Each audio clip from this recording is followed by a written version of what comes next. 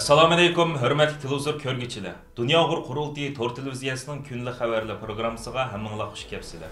Men riyosatchi Iftixor Abdurashid.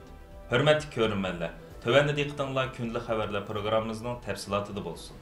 Növbətdə Malayziyada xizmət ziyaretində boluyatqan Dünya Uyg'ur Qurultayı İcraiya Komitetining raisi Ömer Qanat, Qurultay Muhacirlar Komitetining muavin mudiri Mehmet Chalabchi va Avstraliya Uyg'ur jamiyatining muavin raisi Gulmira Zununlarni tarkib topgan Qurultay hay'ati 1 mart kuni zamonaviy Malayziyaning atisi deb atalgan Malayziyaning sobiq bosh ministri, dunyoga tanilgan mashhur siyosatchi Dr. Mahathir Mohamad apandi bilan ko'rishib, uning Uyg'urlarning navbatdagi vaziyati va Uyg'ur irqiy qirg'inchiligini to'xtatish uchun dunyo miqyosida ilib berilayotgan faoliyatlar haqida tafsiliy ma'lumot berish bilan birga, Dr. Mahathir Mohamad apandimdan dunyoga tanilgan va Malayziyada alayda hurmat va ta'sirga ega bo'lgan tajribalik bir siyosatchi bo'lish sifati bilan Uyg'ur irqiy qirg'inchiligini to'xtatish uchun tashabbusga o'tishini va Malayziya parlamenti bilan hukumatini bu jihatda jiddiy harakatga o'tishga undishini talab qildi. Dr. Mahathir Mohamad apandim 1981 yildan 2003 yilgacha va 2018 yildan 2020 yilgacha Malayziyaning bosh ministerlik vazifasini o'tagan bo'lib, Malayziyada intayin zo'r ta'sir va nopuzga ega bir siyosiy arbobdan iborat. 2019 yılı Türkiye Prezidenti Recep Tayyip Erdoğan tarafından Dr. Mahathir Mohamad apandimga Türkiye Cumhuriyetining eng yuksak sharaf medali taqdim qilingan edi.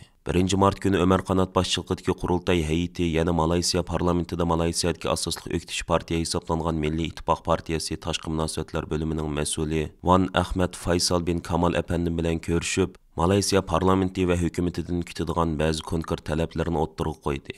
Malayziya parlamentida Uyg'ur do'stlik guruhi qurib chiqish va oldimizgi mezgillarda Malayziya parlamentida lager shohidlarini taklif qilib guvohlik berish yig'inlari o'tkazish, Malayziya parlamentida Uyg'ur irqiy qirg'inchiligini qabul qilish haqida maxsus qaror loyihasi tayyorlab chiqish masalasi bu qitimqi suhbatning asosli temasi bo'ldi. Dunyo Uyg'ur Qurultiyi İcraiya Komitetining raisi Ömer Qanat, Qurultay Ishki ishlar komitetining mudiri Baxtiyor Bo'ra, Qurultay Muhacirlar Komitetining muavin mudiri Mehmet Chalabchi va Avstraliya Uyg'ur jamiyatining muavin raisi Gulmira Zununlarni tarkib topgan Qurultay hay'ati 22 fevral kuni Kuala Lumpurga yetib kelib, Malayziya ziyoratini boshlagan edi. Amerika Avam Palatası Xitoy İşleri Komiteti tarafidan 28 fevral kechda o'tkazilgan Xitoy Kompartiyasining kelgusi davrga tahdid soladigan ig'vogarchilikka zarba berish degan temada o'tkazilgan isbot anglash yig'inida Uyg'ur irqiy qirg'inchiligi alayda tilga ilindi. Amerika Avam Palatası Xitoy İşleri Komitetining raisi Mike Gallagher apandimning riyosatchiligida o'tkazilgan yig'inning boshlanishida mustabid Xitoy hokimiyatining Xitoyda ilib berayotgan kishilik huquq tajovuzchilik qilmishlari, Tibet yurgizayotgan madaniyat qirg'inchiligi, Sharq Turkiston yurgizayotgan irqiy qirg'inchiligi, Hong Kong va Tayvanga qaratgan besim va tahdidlar bayon qilingan maxsus hujjatli film ko'rsatildi. Filmning Sharq Turkistonga doir qismi Dunyo Uyg'ur Qurultayining muavin raisi Zubayra Shamsiddin xonim tarafidan taqdim qilindi. Unlucky Uyghurs, if found with the Quran or the wrong smartphone app, are thrown in mass detention centers. Torture, rape, forced sterilization, forced abortion, forced IUD insertion, the largest birth rate drop in UN records, a twisted new form of genocide. Bu qitimqi yig'inda Amerika davlatlik muavin bexatarlik maslahatchisi, Xitoy ishlar mutaxassisi Matthew Pottinger apandi Xitoyning Sharq Turkistonda Uyg'urlarni asos qilgan Turkiya xalqlariga yurgizayotgan irqiy qirg'inchiligi va insoniyat qarshi jinoyatlar haqida maxsus guvohlik bergan edi. Mazkur yig'inga alayda taklif bilan qatnashgan Dunyo Uyg'ur Qurultayining muavin raisi Zubayra Shamsiddin va Amerika Uyg'ur birlashmasining raisi Alfidor Iltabir xonimlar yig'in oxirida Matthew Pottinger apandi bilan ayrim ko'rishib, uning Sharq Turkiston xalqi nomidan alayda rahmat etdi. Amerika Avam Palatası Tashqi ishlar komiteti raisi Mike McCowell yig'inda qilgan so'zida mundaq deb ko'rsatdi. Shak shubhisizki, Xitoy Kompartiyasining kunsiri kuchayotgan ig'vogarchiligi Amerikaga zo'r tahdid ilib keldi. Xitoyning havo shari Amerikaning muhim harbiy bazalarini chorladi. Bu bir dunyoviy kurash. Asosli jang maydoni bo'lsa texnik ustunligi. Biz kuchli diplomatiya va amaliy harakat qo'llanib, xalqliq texnika hamda yasash sanoati jihatdagi iqtidorimizni saqlashimiz kerak. Bütün dünya şunu bilish kerakki, Xitoy hamda bizning yordamimizdan foydalanib taraqqiy qilayotgan davlatlarga qarz to'siq diplomatiyasi ilib bora olmaydi. Shug'inisi biz ideologiya jangida orqada qoldik. Amerikaliklarga jang qo'ng'irqi chaldigan vaqt keldi. Germaniyaning Dortmund shahridan 40 kilometr yiroqlikdagi Hema rayonida 3 yildan buyon siyosiy panoh tilab turayotgan vatanparvar o'g'lonimiz Muhammad Yusuf Xitoyning Uyg'urlar ustidan yurgizayotgan irqiy qirg'inchiligini Germaniya xalqiga anglatish maqsadida 20 fevral kuni velosipedlik tashviqot Harus bilan Myunxenga qarab yo'lga chiqqan edi. Pidakar yigitimiz Muhammad Yusuf velosiped bilan 550 kilometr yo'l yurib, 1 mart kuni Germaniyaning Karlsruhe shahriga yetib keldi. Karlsruhe shahrida uni Dunyo Uyg'ur qurultiyining vakili Anvar Ahmad boshchiligidagi bir qism qarindoshlarimiz qizg'inlik bilan kutib oldi. Muhammad Yusuf safar jarayonida qattiq sovuq qarmay velosipedlik tashviqot harusida yetib qopgan. Karlsruhe shahridan istansimizning maxsus ziyoratini qabul qilgan Muhammad Yusuf va Dunyo Uyg'ur qurultiyining vakili Anvar Ahmad apandilar o'zlarining yurak so'zlarini izhor qilib mundaq deyishdi. 23 ayının 20. günü Germaniyanın velosipedlerinden aynı seferini başladım. Bu seferini başlarken maksadım vatanda 610 yaqa qilib qolgan aloqalashamagan qizimni va qizimga o'xshash millionlagan bolalar, cho'nglar bütün vatandagi qarindoshlarimiz uchun ularning ovozini Yevropa devlatiga oltish uchun Yevropada Uyg'urning ovozi bo'laydi. Hamar shahardan o'zim turayotgan Hamar 40 kilometrda shahardan minut qadar safarni boshladim. Hozir 550 kilometr yo'ldan qoldim. Yana minutga 300 kilometr yo'l bor. Assalomu alaykum, hurmatli qarindoshlar. Qarindishimiz Dortmund tavasidagi Hamar shahridan safarga chiqibdi.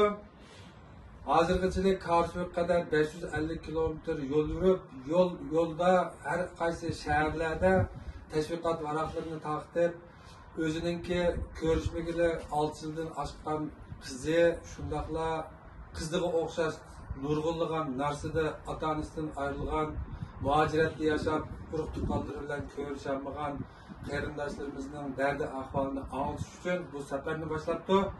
Safarning oxirgi nuqtasi Dunyo Uyg'ur qurultiyi markazlashgan Myunxen shahrida oxirgi nuqta bo'ladi ekan. Bugun Karlsruhe shahriga yetib keldi. Biz Karlsruhedagi bir qancha vaqti bor qarindoshlarimiz yig'ilib, inimizni qarshilab didorlashdik. Alloh bu inimizga kuch-quvvat, bu shundaq inilarimizning ko'plab maydonga chiqishiga turtki bo'lsa, bu inimizninki bu fidakarlığı hammamizni ta'sirlantirdi. Havoning so'q bo'lishiga qaramay, mushu karvan velosiped bilan haydab 550 kilometrni yo'lni manash Yevropa tarixida tunji qatim bir Uyg'ur qarindishimizning boshlagan fidakarlik harakati.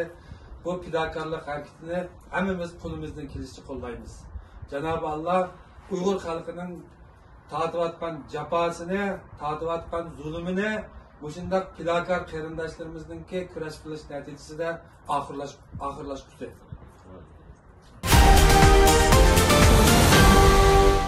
Yaqında Amerikaning tashqi siyosat jurnalida G'arb akademiklari Shinjongda yo'qolib ketgan do'stlar uchun kurash qilmoqda nomli bir maqola e'lon qilingan bo'lib, Xitoyning faqat Uyg'ur ziyolilari va san'atkorlarga ziyonkashlik qilib qolmay, Uyg'ur madaniyatini tadqiq qilgan chet ellik mutaxassislarni Xitoy kirishdan cheklaganligi, ularga tahdid solganligi, oqibatda ularni Uyg'urlarni tadqiq qilishdan voz kechirishga uringanligi ko'plagan misollar bilan yo'ritib berilgan. Maqolada bayon qilinishicha, Angliyalik Uyg'urshunos Joanne Simmons Finley 2017-yili naqshchi Abdurahim tutilib ketganda uning taqdiridan qattiq ansirgan. Amerikalik Uyg'urshunoslardan Elisa Anderson, Timothy Gross qatorliqlar folklorshunos ustozi Rayla Davud 2017-yili tutilib ketgandan buyon uning izderikini ala olmay kelgan.